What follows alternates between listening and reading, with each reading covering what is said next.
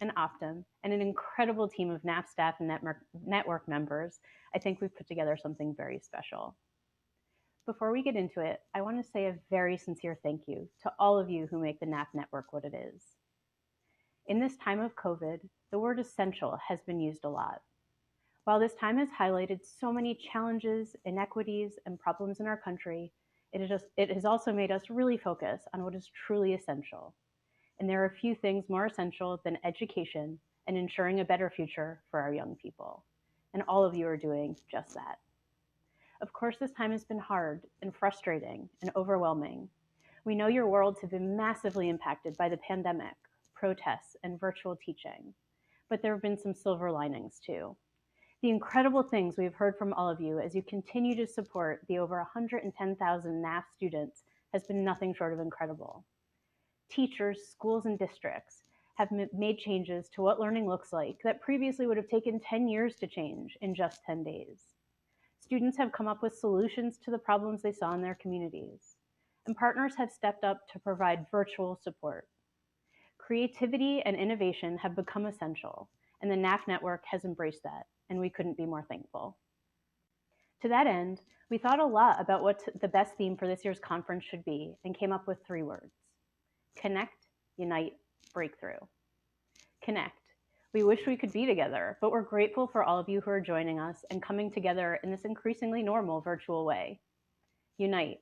Now more than ever, we need to stand together and take this moment in history to create the world we want our future generations to inherit. And breakthrough. We know there are many obstacles, but through education, connection, and unity, we believe we can break through and overcome our challenges. A silver lining of this year's conference format is that not only are we ensuring that we continue to provide the high-quality learning sessions you've come to expect from NAF Next, but you'll have the opportunity to view these sessions for up to a year, so you can revisit a session you loved, check out a session that didn't fit in your schedule, or share the content with your colleagues. The new school year is just around the corner, but we know this is going to look and feel really different than years past.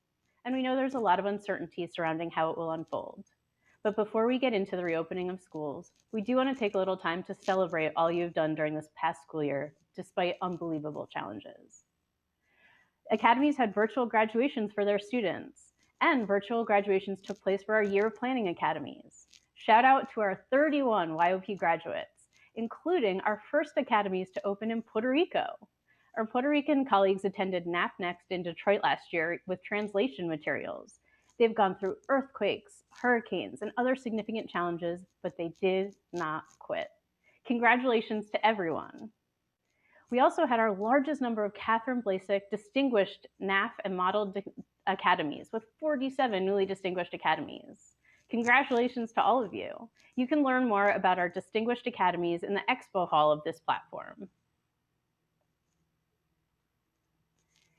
We will also be announcing our 2020 Lenovo Scholar Network Fan Favorite mobile app winner during tomorrow's closing ceremony. You still have time to cast your final votes through midnight tonight Eastern Standard Time. Once again, we're sending our congratulations to all of the winning teams this year, and we look forward to celebrating our Fan Favorite winner tomorrow afternoon. You won't want to miss it. And now, without further ado, I'm pleased to introduce Chancellor Henry Mack. Mr. Mack currently serves as the Chancellor for Career, Technical, and Adult Education at the Florida Department of Education, a position he's held since November of 2019. As Chancellor, he helps oversee all workforce education programs and economic development initiatives for the department. We welcome the Chancellor, who will be providing us with an update on the state of CTE.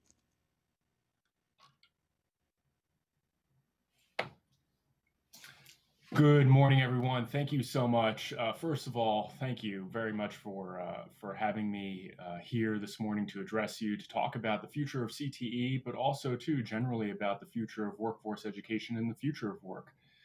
Precisely the kind of thing that NAF prepares all of our students to understand and to equip themselves with, namely the necessary skills to thrive in a very disruptive and COVID notwithstanding nature of work. So again, so happy, so thrilled, so humbled to be with you today to talk again generally about career and technical education. And if you may, permit me to do so by way of just exploring some of the things that are happening here in the state of Florida with our reopening plan. If you can go to the next slide, please.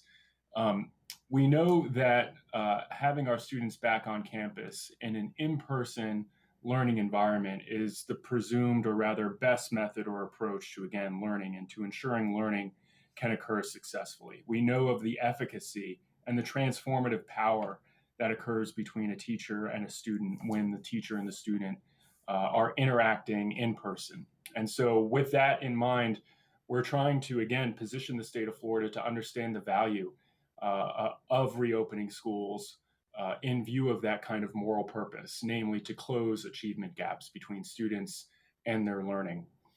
We also, though, know, too, how important in-person education is for the future of the state's economy, not just Florida, but across the country.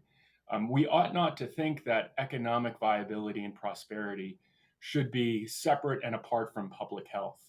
In other words, public health in some way depends upon the ability of everyone to get back to work and to contribute, again, to the state's economic prosperity aims. And so with those two ends in mind, namely closing achievement gaps between students, as well as continuing to provide the kind of talent that our state economy needs, but also knowing that our parents need to get back to work too.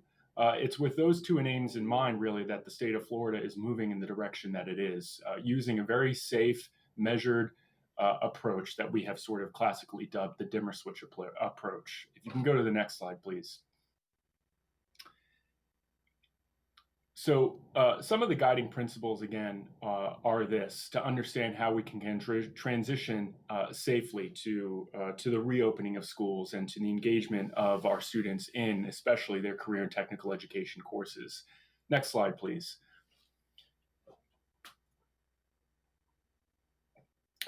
Just some interesting data that I thought I would share around how the impact of school closures has indeed affected not just students, but individuals across the country, and particularly too in the state of Florida, and the proportionate sort of impact that this has on the poor and the marginalized. We know that the vast majority of businesses have experienced greater than average decline in revenue across the country, and many employees will want to find reemployment where their current skill sets match demand from employers, whose products and services facilitate relief and response to the COVID disruption. Next slide, please. But for far too many, the crisis will further exacerbate the disconnect between their current skills and opportunities for reemployment or advancement. And we know that our residents need and they want additional education in new skills to re-enter the workforce. And this is where NAF comes in. And this is why it is so important to, again, double down on career and technical education and workforce education and training, specifically within our K-12 schools, so as to prepare students for the value that is, again, a viable career in the future world of work, a world of work that we know, again, is becoming highly disrupted. Next slide, please. The future world of work, as we all know, will experience dramatic shifts in skills development, specifically as we contemplate the interaction of technology within everyday occupations. And while we know that technology, AI, and automation does impact various aspects of many jobs, we can anticipate, at least according to the McKinsey Group, that it will only threaten about 5% of occupations with complete obsolescence. In other words, AI and automation may impact many jobs by way of their complete annihilation, but for the most part, it's going to interact, or rather disrupt, how you do things on a day-to-day basis. So it's with that in mind that we really need to think about how we're preparing our students to understand and facilitate human-to-machine interaction in a new and integrated and innovative way. But we also, too, we need to focus on lower wage workers that are caught between the forces of business closures and school campus closures. And for this reason, again, it's sort of super important and widely believed that, again, we need to move, again, to reopen schools and begin to the in-person engagement. And it's even interesting to sort of think about how you do that in CTE, which I'll talk about in a second. If you could skip to the next slide, please. You can, again, think about this whole context, again, within the gaps that will occur in learning. And so for far too many students, especially again, our most vulnerable, the gaps can only be exacerbated by prolonged absence or disengagement from instruction. You can skip to 2 slides, please. I want to get right to where Florida is sort of like leading the way, I guess, with its understanding of how to grapple with these gaps, as well as closing economic gaps and beginning sort of our conversation around economic prosperity and development. And so here's where workforce education and CTE comes in, right? We now know that we have an in-demand sort of environment for career and technical education and work-based learning experiences so that we can provide the hands-on, innovative, in-demand skill training for our students so that they can rapidly engage in a post-secondary credential and take that into the workforce. Next slide, please. With that in mind, we are focusing on, if you can skip to the next slide again, please. We are focusing on these short-term career certificate in-demand technical certification programs. You can actually skip to slide 17, that would be great, and then just rapidly run through 17 through 20. We are focusing on these short-term in-demand technical certificate training programs. So from the K-12 perspective and from NAF's perspective, we're trying to, again, align the entire system in the state of Florida to understand the potential in and around short-term credentialing opportunities within career and technical education. You could just rapidly go through all of these slides if you don't mind, and I'll just keep up as you go. There is a clear disconnect between the world of work and the world of learning, at least across the state of Florida, and I would submit across the United States. You could pause here on this one, please. And this disconnect has had significant effects by way of employers not really understanding what kind of educational supply they're getting. In other words, we have a weak labor market information to education system. Workers really don't know what skills they need, and educators don't know what skills to educate for. You can skip to the next slide. Employers don't know what skills workers have. And so the transition from school to work is a singular focus, not only here at the Florida Department of Education, but I would submit nationwide. And so what you're looking at now are just some great examples across the state college system of Florida that is doing exactly that, attempting to align skills to employer demand. And you could rapidly go through these slides. These are just examples from across the state on how, again, we're focusing on career and technical education, and again, the value of their alignment to industry. And I would submit the fact that we are confronted with a weak labor market system and not knowing really how best to prepare workers for the future of work is exactly sort of where NAF comes in its ability to engage students in in-demand learning experiences that align to the market, but also kind of cultivating those new, I would submit, 21st century human skills that we know now are necessary, to my prior point around technology and the disruption that technology is presenting across the United States. We know we need future employees that are equipped with degrees of empathy, critical thinking, the ability to engage in risk, to understand what it means to be resilient, high levels of self-efficacy. And that's sort of, I think, really the interesting future for career and technical education, and what NAF brings to the table is promoting skills that are based on these in-demand, not only skills or technical components of what industry needs, but also understanding, again, the value of entrepreneurship and entrepreneurial related training and aims. Again, thinking about how we're not just teaching technical training, but competency-based learning in and around critical thinking, communication, high levels of empathy and self-efficacy, and engaging students in the ability to engage in risk, which, if nothing else does, creates creativity and added value to any employer of the future. I want to end with just one other thought. With the disruption of COVID, and with the knowledge of the fact that we need to return to learning, at least to normalize it as much as possible, and with knowing that too, automation and AI face us in a way that hasn't really been realized before, and COVID has kind of accelerated that. The kind of opportunities that NAF provides students in on-demand and in-person training and working is just phenomenal and invaluable. And I would like to invite everyone to think about how we're teaching still too, not just the technical skills, but also the human skills around creativity, risk ventures, and understanding the perspective of others and critical thinking. It's just an amazing opportunity, and I cannot thank you, at least on behalf of the state of Florida and the commissioner here and the governor here, for everything that NAF provides in order for our students to thrive again in a future of work that we know is not only disrupted because of COVID, but will continue to be disrupted because of everything that we're facing moving forward in a highly technologically advanced and dependent world. So to everyone on the line, from the bottom of my heart, very humbled, very thankful, and very excited to be with you this morning.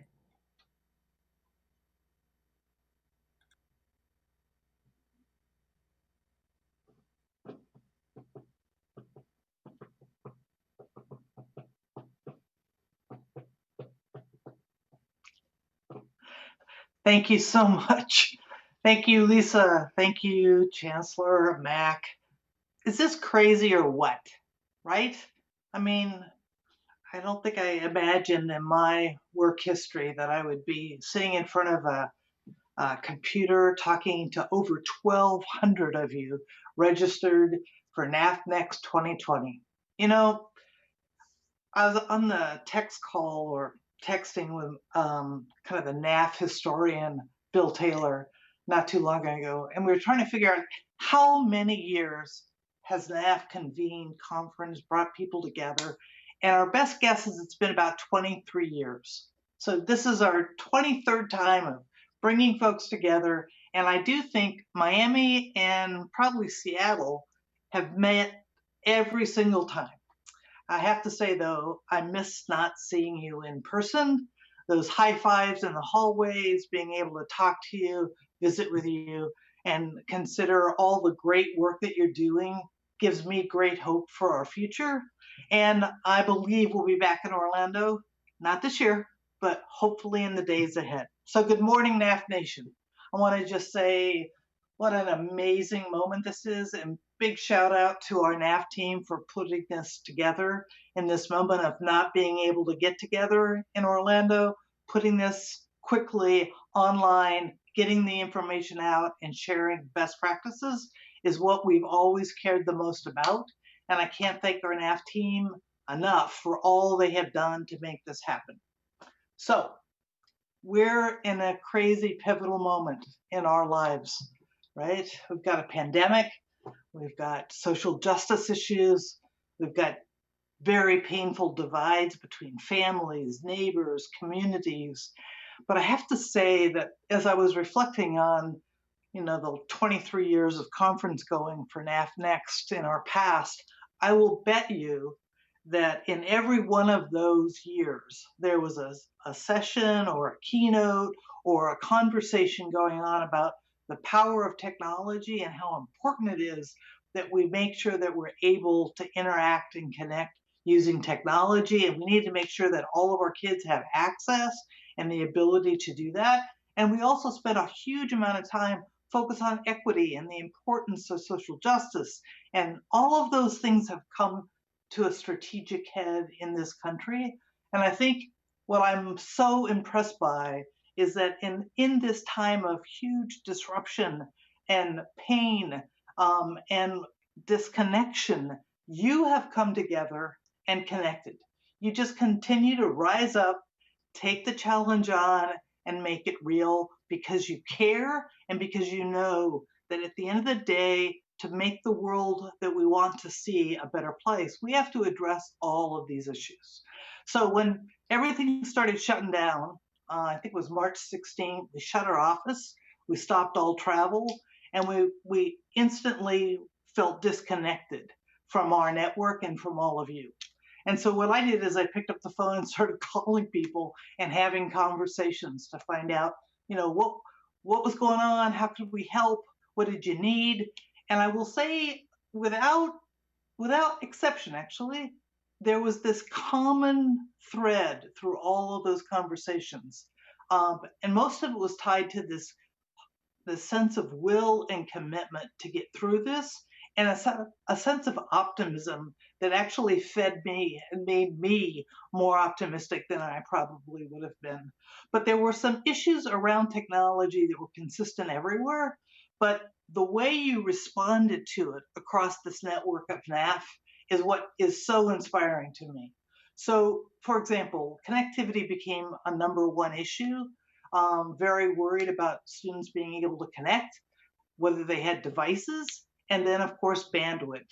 And in those conversations, what was fascinating to me and so powerful is that you came up with these incredible solutions. I mean, we've got places in rural Florida, right, or California, where they could not, connectivity was not the issue because they didn't have the bandwidth, or they couldn't get connectivity because of where they were located. So you got creative. You put hotspots on school buses and you parked them around the county so kids could have access to it.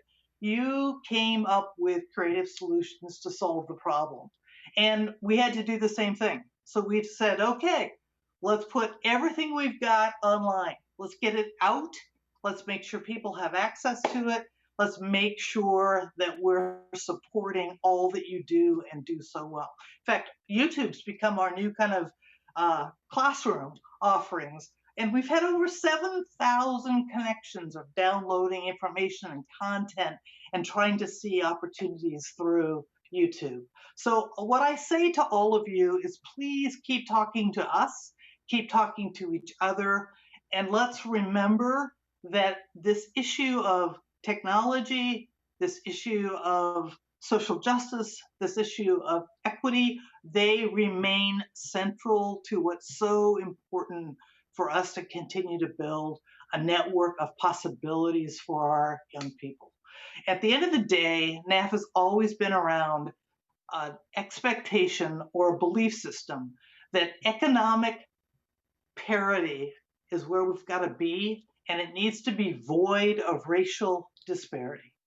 Partnerships are what make this happen in the NAF space, a partnership between education and employers. And I have to say, our employers have been awesome. I mean, they have pivoted to a virtual space for internships. Look at KPMG, look at Optum, look at Verizon, look at Worldwide Technology or Capital One. They, with grace, instantly, when COVID shut everything down and schools had to close, they didn't walk away from internships.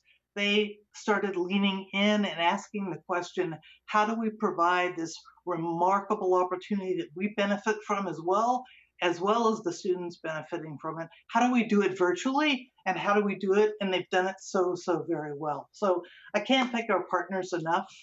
At the end of the day, as our chairman Sandy would say, it's always been about public-private partnerships. And if done well, anything is possible. And I have to say that for those of you who were with us, 3 years ago and heard Robert Smith on stage with Sandy, he said in his experience, right, he got to where he is in part because of an internship experience he had. And he talked about NAF as an elegant solution to a complex problem. But central to that elegant solution is this partnership brings young people, connects them in real world experiences, and lets them shine. And their hunger and their ambition becomes so captivating to our employers. They get so excited and they want to do more. And we have an opportunity to move students to higher opportunities as a result. Think of the support of Connie and Steve Ballmer. They provided resources when the going gets tough. It's often hard in these times. There's a slowdown of investment.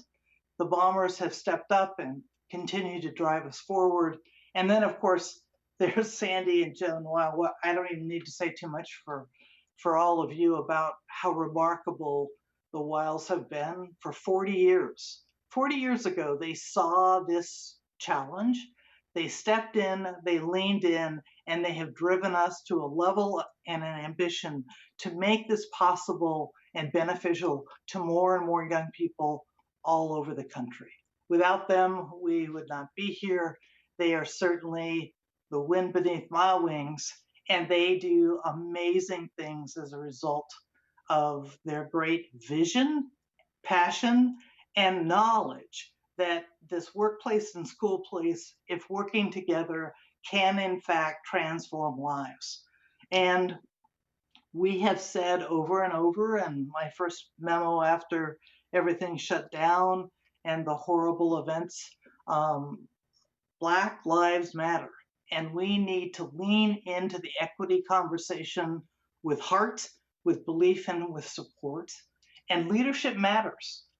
You know, I've said often, when you think of leadership, watch what they say, watch what they do. If they don't match, watch what they do.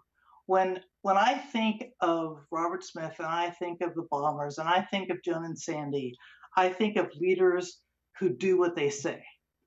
And that is what I believe changes the world for the better. One of those leaders is Lynn Dowdy. Lynn Dowdy, with KPMG, demonstrates some of the highest quality of leadership that I can imagine.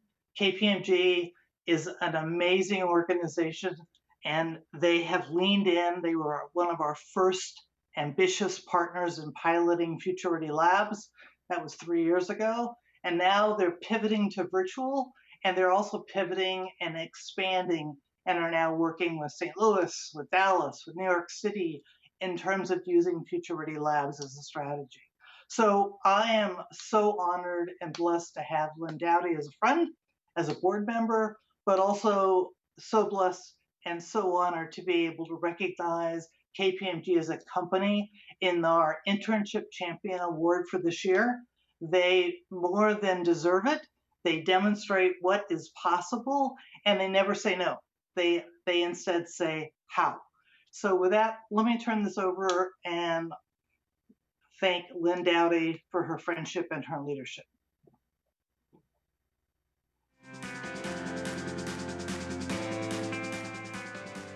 It is such an honor to accept this award on behalf of KPMG's partners and professionals. During my time leading the firm, one of the things that has made me most proud has been our collective commitment to our communities. Lifelong learning is the heart of our community impact work. Education and opportunity are essential to unlocking human potential. And we believe that for a strong and diverse talent pool, we must be part of creating it. Increasing the number of internships and enhancing the internship experience has been a significant part of how we contribute to creating this pipeline. And that's why we're so proud to collaborate on NAF's innovative, critical work, which I've been fortunate enough to witness through an even wider lens during my time on its board of directors. The NAF interns are dynamic and passionate and have made such an impression on me and on KPMG that each year our volunteer mentor openings fill up in just a matter of hours. This summer, we're excited to host almost 90 interns virtually.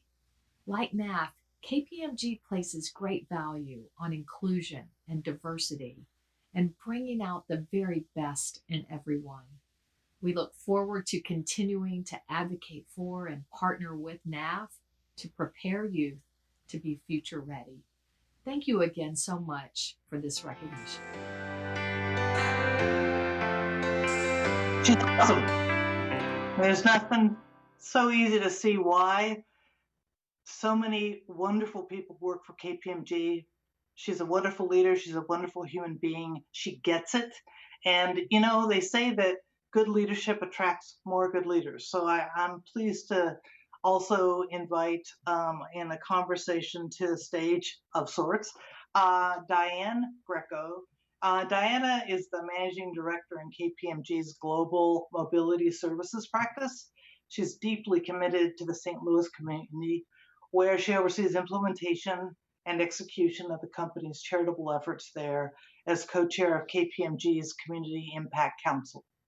You know, Diana also currently co-chairs the St. Louis NAF Advisory Board, where KPMG teamed with us, Jennings School District, and other corporate sponsors to implement NAF's first Future Ready Lab in St. Louis. I'm so pleased that Diana could join us and talk with our exceptional students and alumni in front of all of you today. But before I turn this whole thing over, a few things I want to say. I remain very, very optimistic about the future. I believe that success is not measured on where you start, but the road that you choose to travel. And I look forward to seeing you on that road in the days to come. I hope they're sooner rather than later.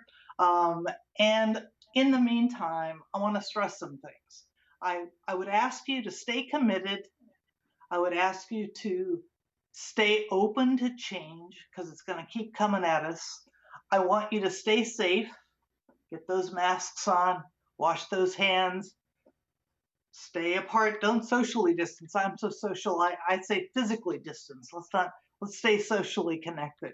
And vote. Our future depends on it. Thank you all very much.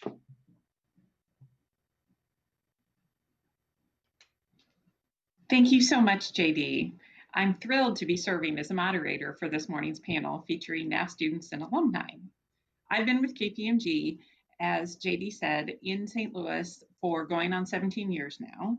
For the last 3 years, we've partnered together with Worldwide Technology, MasterCard, and the University of Missouri to host a Future Ready Lab in St. Louis.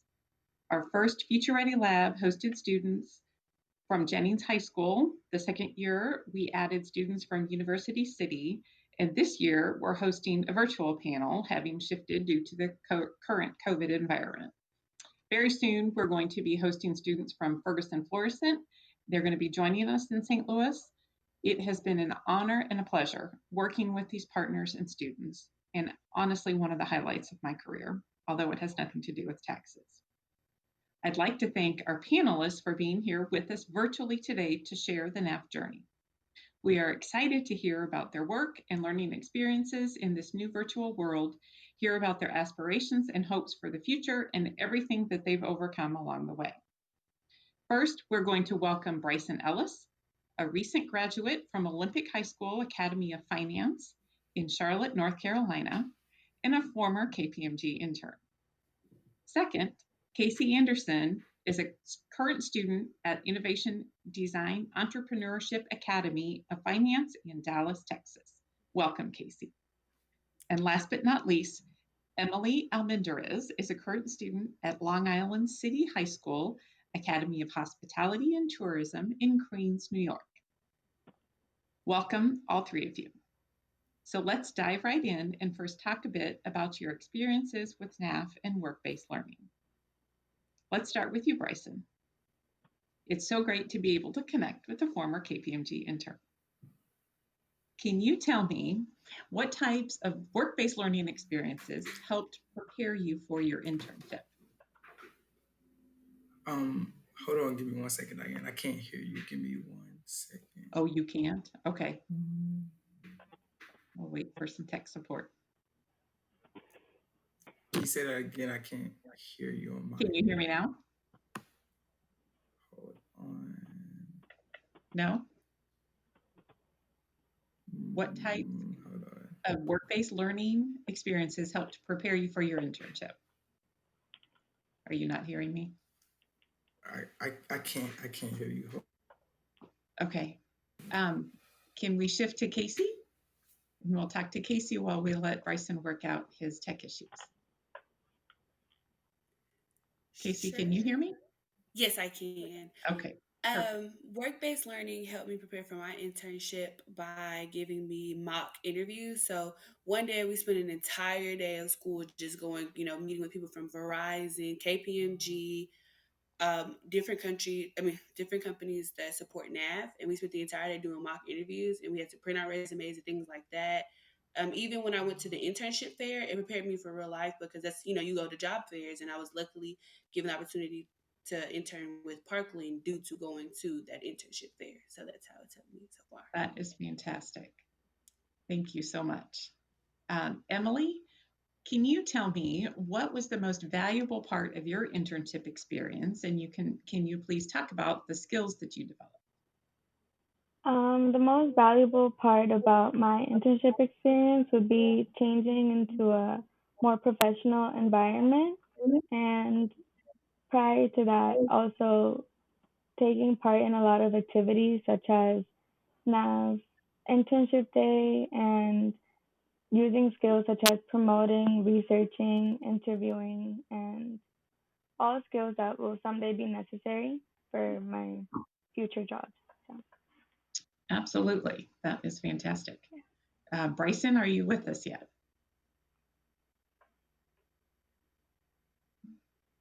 Doesn't sound like it. Okay. We'll continue with Emily and Casey, and Bryson, whenever you do join, please just jump right in and we'll catch up with you. So let's shift to everyone's favorite topic these days, COVID-19. When COVID-19 hit late this winter and early spring, obviously everybody had to shift, and this virtual session is a perfect example of that. I would like each of you to describe your experiences with remote learning this last semester. Emily, do you want to start us off? yes, I would say that my experience wasn't as hard as expected. I expected it to be super difficult and so much more work than what I got, thankfully.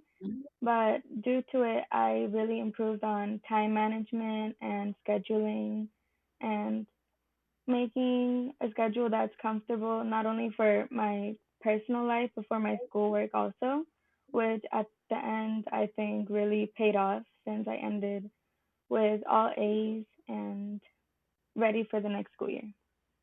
That is fantastic. Congratulations on a 4.0 Thank you. GPA, or probably higher with the AP classes that you're taking. Thank you. Did you find it more difficult to learn in that environment, or were your teachers able to communicate virtually the way you needed them to? I think they communicated sufficiently. A lot of the videos that they provided were from YouTube, so Okay. external help was provided for me. And Mhm. when I had questions, they would answer. So I think we all adapted to the situation, so fine. So that's my Worked well. experience. I know many others didn't have it like that. You're a high achiever, I can tell. So I'm certainly sure that that contributed to it. Yeah. Casey, how about you? Can you describe your experience with remote learning over the last semester? Yes, it was very similar to Emily's. At my school, everyone issued a laptop at the beginning of the school year, so everything was already online. So all of our assignments and everything was majority already online. The only thing that really changed was the teaching style, and that really didn't even change. It was the fact that the whole communication, be able to network with people. I missed that part of it. But Mhm. academic wise, nothing really changed. I was taking two college courses through UTA, University of Mhm. Texas at Austin, and that Mhm. that was kind of complicated because they were trying to figure out things while we were trying to figure out things. But overall, I ended up with a very successful school year. Okay, that's good to hear. I'm glad for both of you that it was a positive experience and didn't have too much difficulty to overcome. Any chance Bryson is back with us? Doesn't sound like it. Okay, we'll forge ahead without him. I'm sorry to hear that he was having those issues. So KPMG recognizes the value of internships, and we proceeded with nearly 2,500 virtual internships this summer, including 2 virtual NAF Future Ready labs. Casey, I understand you were also participating in a virtual internship with PCCI, the research organization for Parkland Health and Hospital System, which can be really unconventional in terms of joining a new employer and never actually going to their office.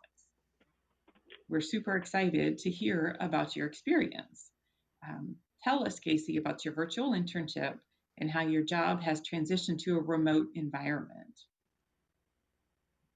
Well, at my internship, we're mainly focusing on COVID data and trying to locate trends within the data.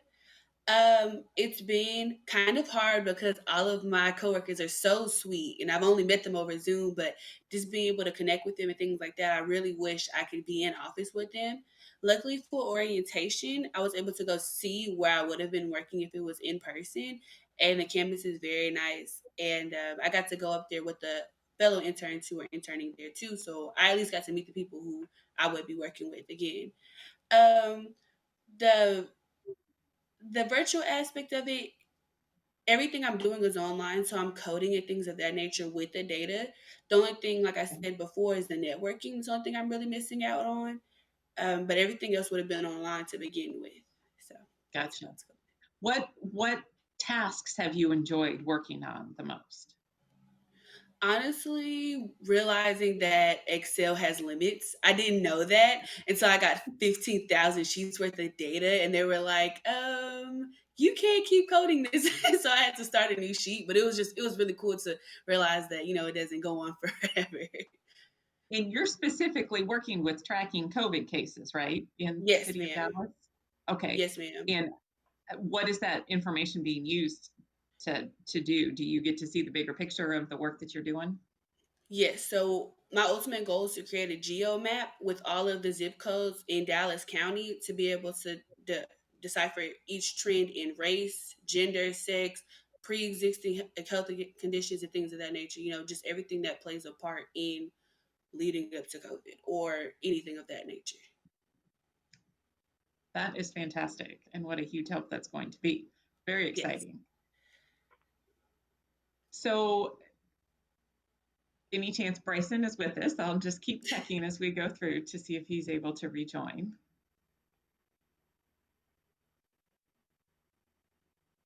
Okay, Casey, let's go back to you. What breakthroughs do you hope to see in education and in the workforce post-COVID? I'll start with education. So in education, I'm hoping that the teaching style, history wise, changes, and even in classes like social study classes change, and the conversations become more transparent. And hopefully, the way that us students were taught history changes, and it's a more open and has more of a flow to it, and it's more inclusive with everyone's history. Work wise, I hope to see again more inclusiveness, having, more people who look like me or look like Emily or even just look like anyone who's not the social norm in the higher parts of business and even in the businesses to begin with, like on advertisements, or even, just to be able to say, hey, I work for so and so and so and so. Because once you see someone else do it, I feel as if I can do it. So I just feel Having a model that's very important and somebody yes. that you can relate to. Yes. Absolutely. Okay. Bryson? No, Bryson. Okay. All right. I thought I could Can you hear hear me? him. All right. Yes, Okay, you cool. are back. Okay, cool. Welcome. I know those Hey. technology issues, that's part of the virtual world that we're living in. So no worries at all. I would love to go back if we can for just a second, confirming you can hear me now. Yes, ma'am. I can hear you loud and clear. Okay, fantastic.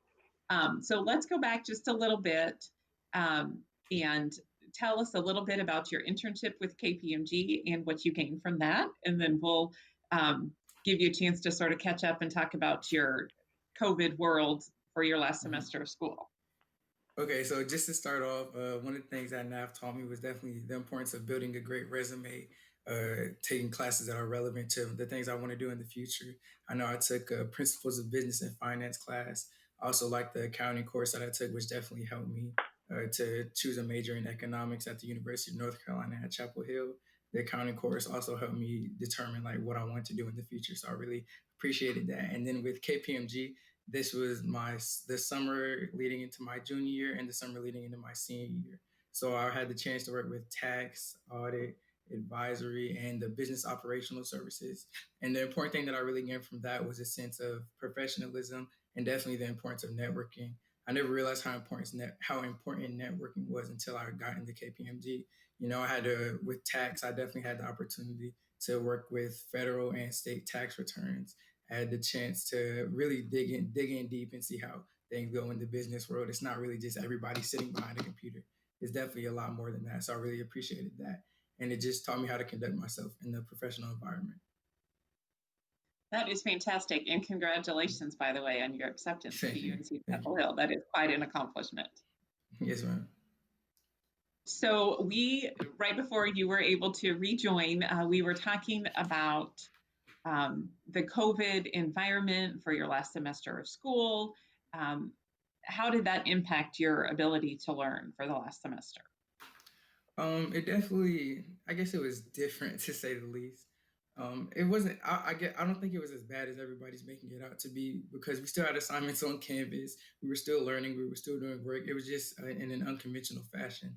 So I think that's what NAF really does stress, that's important, to be able to think on your feet, to be able to pick things up in stride. So I think that's really important. I also had a couple of Zoom meetings with Ernst & Young College Math Program. That's a program that I'm in for upcoming college students. It really teaches you about accounting, finance, scholarships in college. So I feel like even in Zoom meetings, somebody's doorbell could ring, somebody's dog could start barking. So that really just proved that we're really all in this together. It really brings a humane factor into it, even when we're looking at each other through computer screens. Absolutely. All this is true for all of us in working Yes, in school. Okay, so let's shift now to post-COVID, and I'll let you start this question off, and then we'll get our answers from Emily and Casey as well. How did NAF prepare you to be successful no matter the circumstance? Bryson, if you want to go ahead and answer that, then okay. NAF definitely prepared me, as I said before, taking things in stride. I think it really taught me how to be definitely a better orator, because before I entered the NAF program, I was a little bit more shy, but now I understand the importance of making yourself heard, not necessarily being the loudest, but being concise, knowing what you want to say, knowing how to think quickly on your feet, and just processing things a lot quicker. I think that's what NAF definitely taught me. Okay, that's fantastic. Emily, how about you? I would say that it definitely boosted up my confidence in fitting into a professional environment, which is something as a high schooler is kind of more difficult to fit in with. So that really opened up my eyes to the world that we live in. Very good. And Casey, how about you? How did NAF prepare you to be successful no matter the circumstance? They helped me, honestly, like everyone's been saying, with management and being able to do things that are out of your comfort zone. Because at my school, every Monday we have to dress up professionally, and we get surprised internees and people who might want to mentor us. So you kind of have to come up there, and so you have to be like Bryson said, ready on your feet, because we always surprised at my school. But yeah, just being able to conform to any situation and know, like, being uncomfortable is, you need to not be uncomfortable. Ready for anything. That's fantastic. Yes. Okay, let's transition now to the topic of Black Lives Matter. And I know this is a heavy topic. We know that COVID has disproportionately affected Black communities and businesses. And with the murder of George Floyd, the necessity to tackle racism was reignited worldwide. Schools, as educators and preparers of the future workforce, and companies, as businesses and employers, have a responsibility to be a part of that challenge. We really look forward to hearing each of your perspectives on this matter. First question on this topic: what support do you think is needed, and what do you think will result in lasting change? Bryson, let's start with you. For me, I think the thing that will result in lasting change is definitely education. One that isn't educated, if they don't know their history or other people's history, then they're likely to be ignorant. And I think the education, if you educate yourself or if you get some form of education, that'll definitely erase any ignorance you have. Because a lot of people, they might have some form of ignorance, and they don't even know it. It's just subconscious. So just being aware and educating yourself, I think that's extremely important to make any lasting impact. Very good. Emily, how about you? What support do you think is needed, And what do you think will result in lasting change? First, I wanted to say I agreed with what Bryson mentioned. I think education and how what we're being taught is very important for our point of view. But I also wanted to mention the fundamental rule of respect and empathy that as humans we should all have for each other. We all go through like different things that nobody really knows about. So being open to each other and being able to understand each other's point of views could really be eye opening for many and can change mindsets, which is what we all need. Yes, it is. Casey, what would you have to add? I agree with both of them. I just feel like creating a safe space to have these conversations and to be empathetic and to be respectful. You might not want to do it in front of everyone, because everyone's learning and everyone's getting comfortable with having these important conversations. I know for a fact at my school, we're very diverse. I mean, we're very diverse in all forms and fashions, but there was still this kind of not lack of, but need for a safe space for everyone to be able to communicate with one another, judge free. Mhm. My slogan for my club is unapologetically me or unapologetically you. And the name of my club is Black Excellence. And I simply created this club to give students a safe space to be themselves, judgment free. It's a student led club. And we just had a whole bunch of events and met every Friday, or really honestly, whenever we could, and just had these conversations on these tough topics that just need to be held. They need to happen, and we need to be open to hearing what everyone has to say. And you started this club a while ago, right? Yes, ma'am. For before all of this came up. So you're quite the Before all of this. trailblazer in understanding what's needed. Yes, ma'am. Thank you for sharing that. That's really cool. Let's let you go first this time. What diversity, inclusion, or equity practices have you seen companies implement that have inspired you? So one company that's really inspired me is Ben and Jerry's. Just the fact that they are such pioneers in the corporations. That's just how I feel, because they have always, made their opinions and the way they feel known. They've always fought battles for each group, and they've never, been subjective to anything, and they've never been quiet either. I know for a fact that after this whole COVID and the unfortunate passing, well, murder of George Floyd happened, they made a statement and they let everyone know, this isn't wrong and we don't stand for it and we won't allow that to happen. And we support you and we're donating to Black owned companies and so on and so forth. So I think as African American women, having someone, a corporation be able to say that it's empowering, and it makes me feel like I can do anything that I need to do. And I actually went and bought some Ben and Jerry's yesterday just because I'm like, you support me, so I'm going to support you. So That's awesome. Not to mention it tastes great. definitely. Thank you. Emily, what have you seen companies implement that have inspired you? Something that I've really seen, especially on social media, was the use of their platform to spread awareness for these situations. I think Okay. many companies have really stepped forward with their posts and their voices, and they're using it for the greater good. And I've also seen a lot of companies use probably like 50% of their profits or maybe even more to donate to Black owned businesses or people who are striving to make a change in these times. Very good. Thank you. And Bryson, last but not least, what are your thoughts on what practices you've seen companies implement that have inspired you? One company that I really like what they did was Apple. They actually promoted black artists and black entertainers on their radio.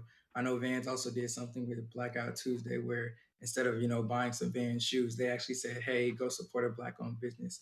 And I think that's really important. Just like what Casey and Emily said, getting a big push from the big major corporations. One last thing that I did see that I liked at KPMG definitely was the diversity and inclusion. They actually promoted all the different diversity and inclusion clubs that you can join. It doesn't matter if you're LGBTQ, Asian, Black. It really doesn't matter. They support everyone, and I know they have a National Association for Black Accountants, which they also support. So it really did make me feel more comfortable in the professional environment. Excellent. Thank you very much. Thank you, each of you, for spending time with us today.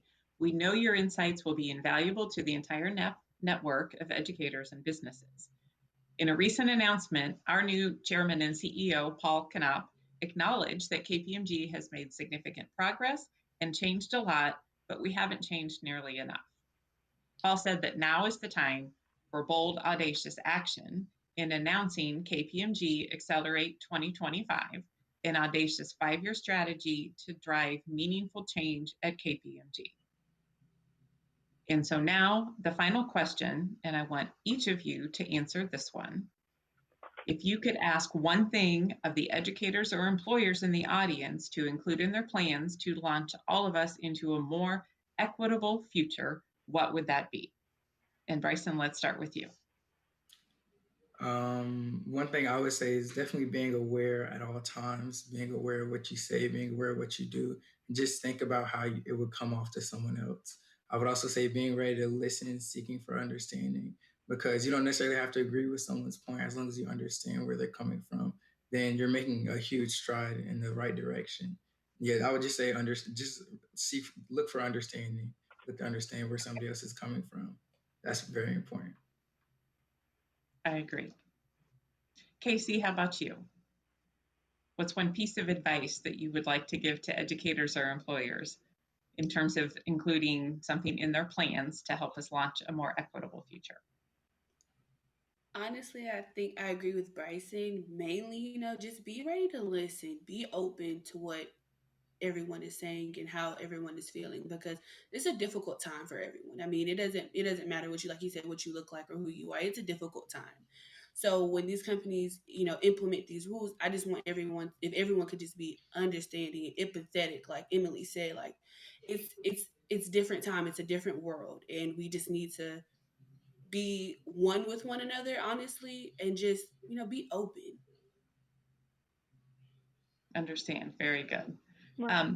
Bryson, I'm going to put you on the spot for a second because I know when we Okay. were when we were talking about this earlier, you schooled me on the difference between equity and equality, and I would love for you to explain that to make sure. Okay, so just key that quickly.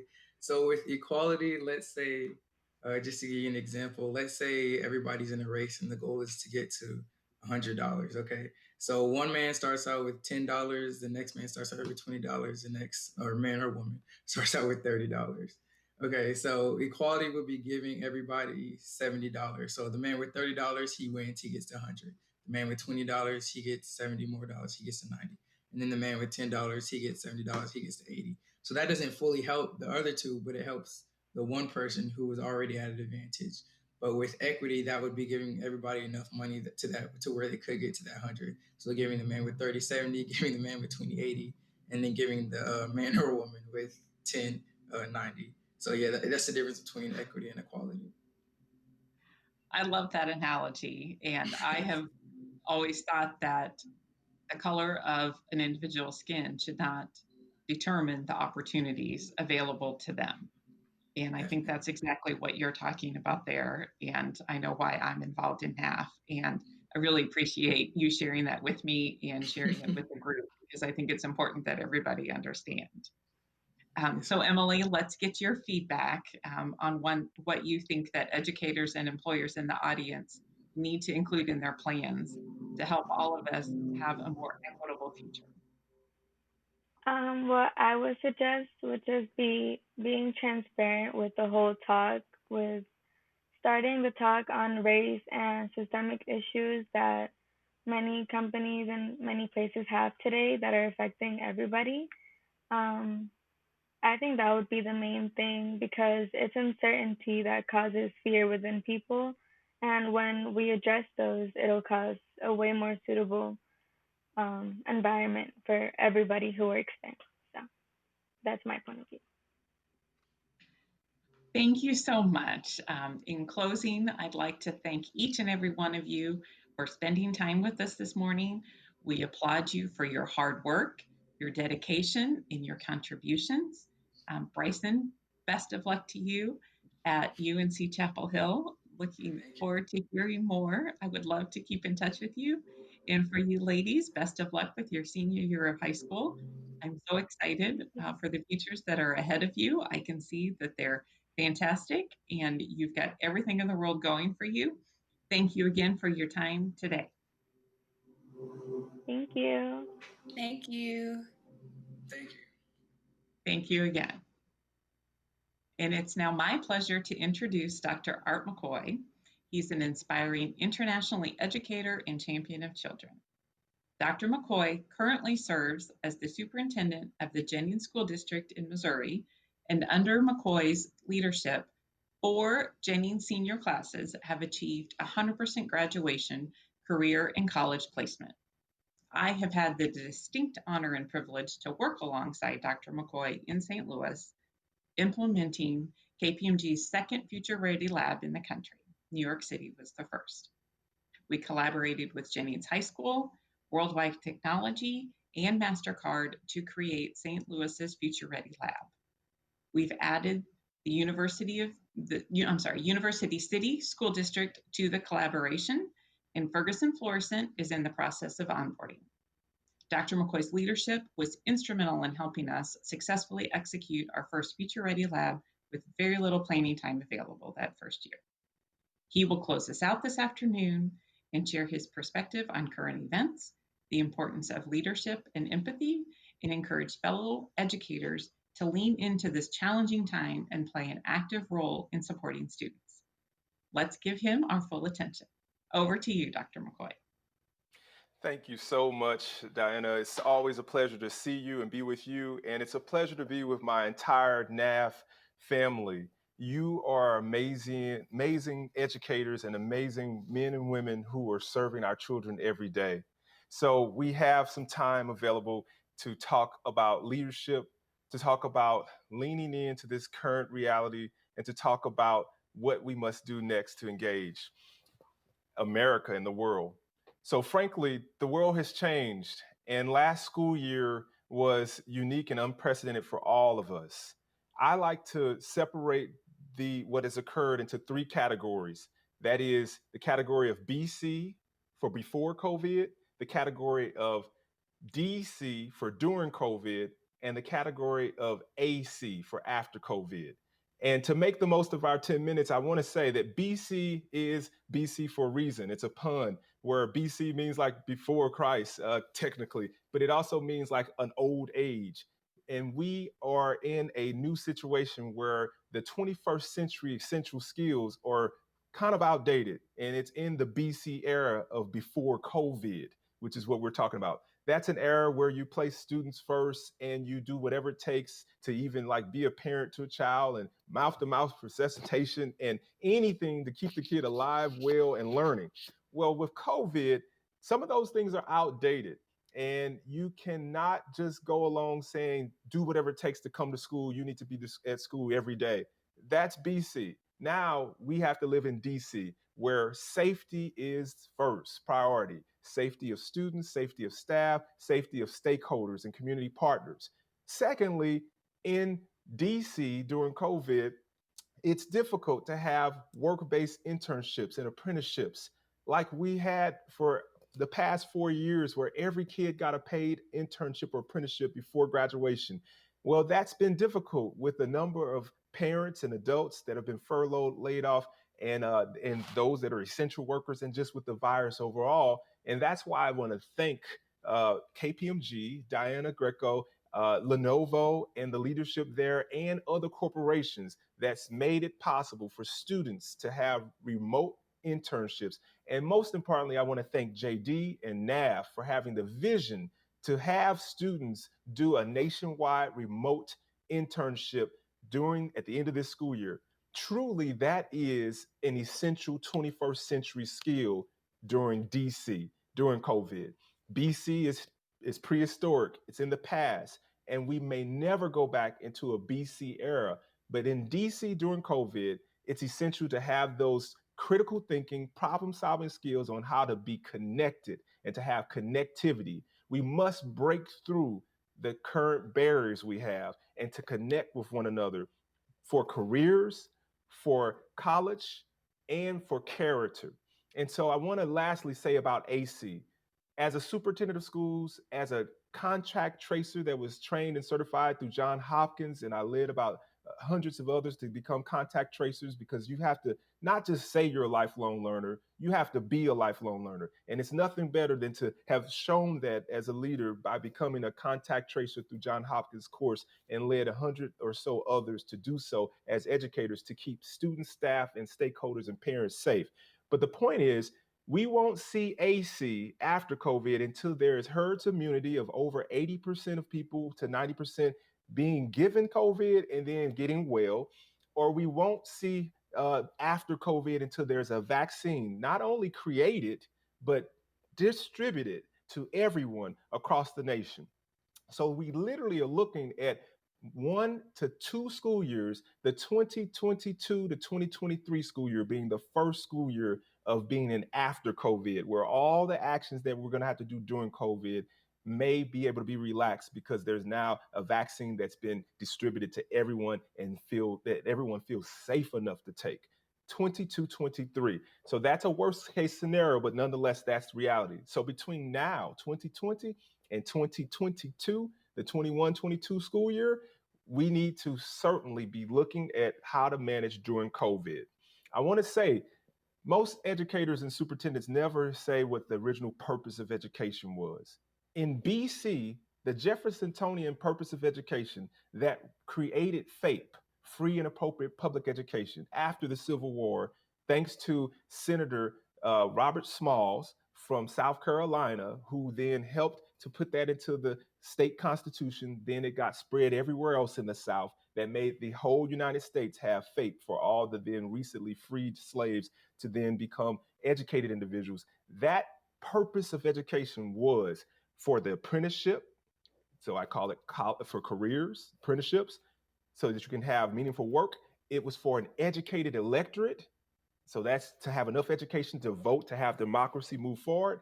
And it was for character development, to have character. Many of us educators know the law called the Satan Deluder Act of Massachusetts, which means to teach people the catechism. Well, now it's just character education. So careers, college, and character was the BC, where the BC goes. That mission for education still remains true, and it's up to us as leaders to not just provide a free and appropriate education that's adequate to most. Now, during DC, we're in a new era where equity must be the standard.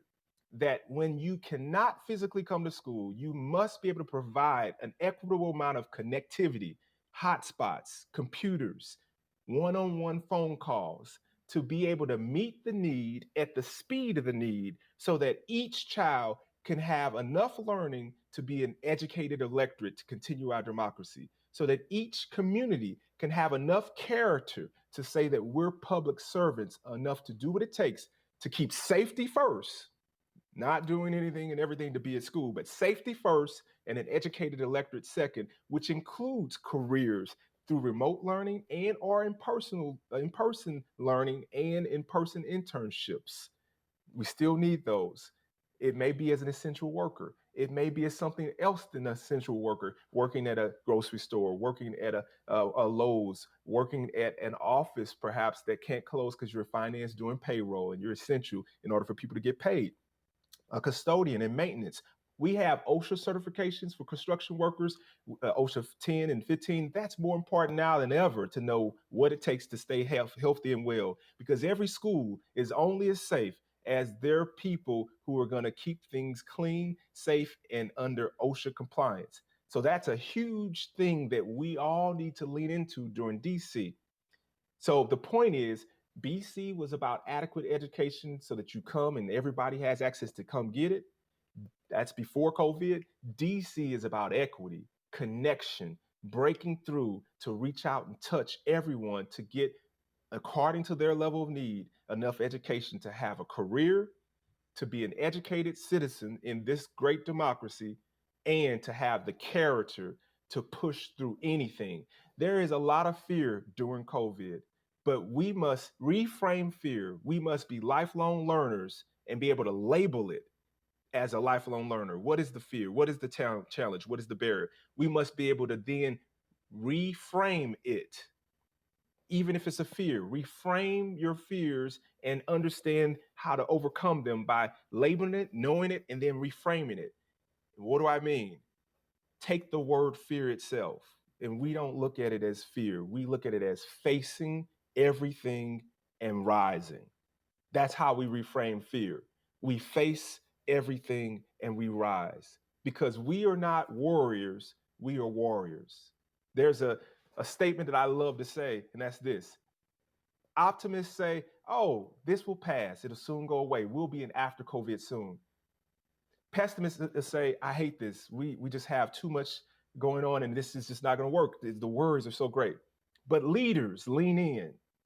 Leaders become the thermostat that change the climate.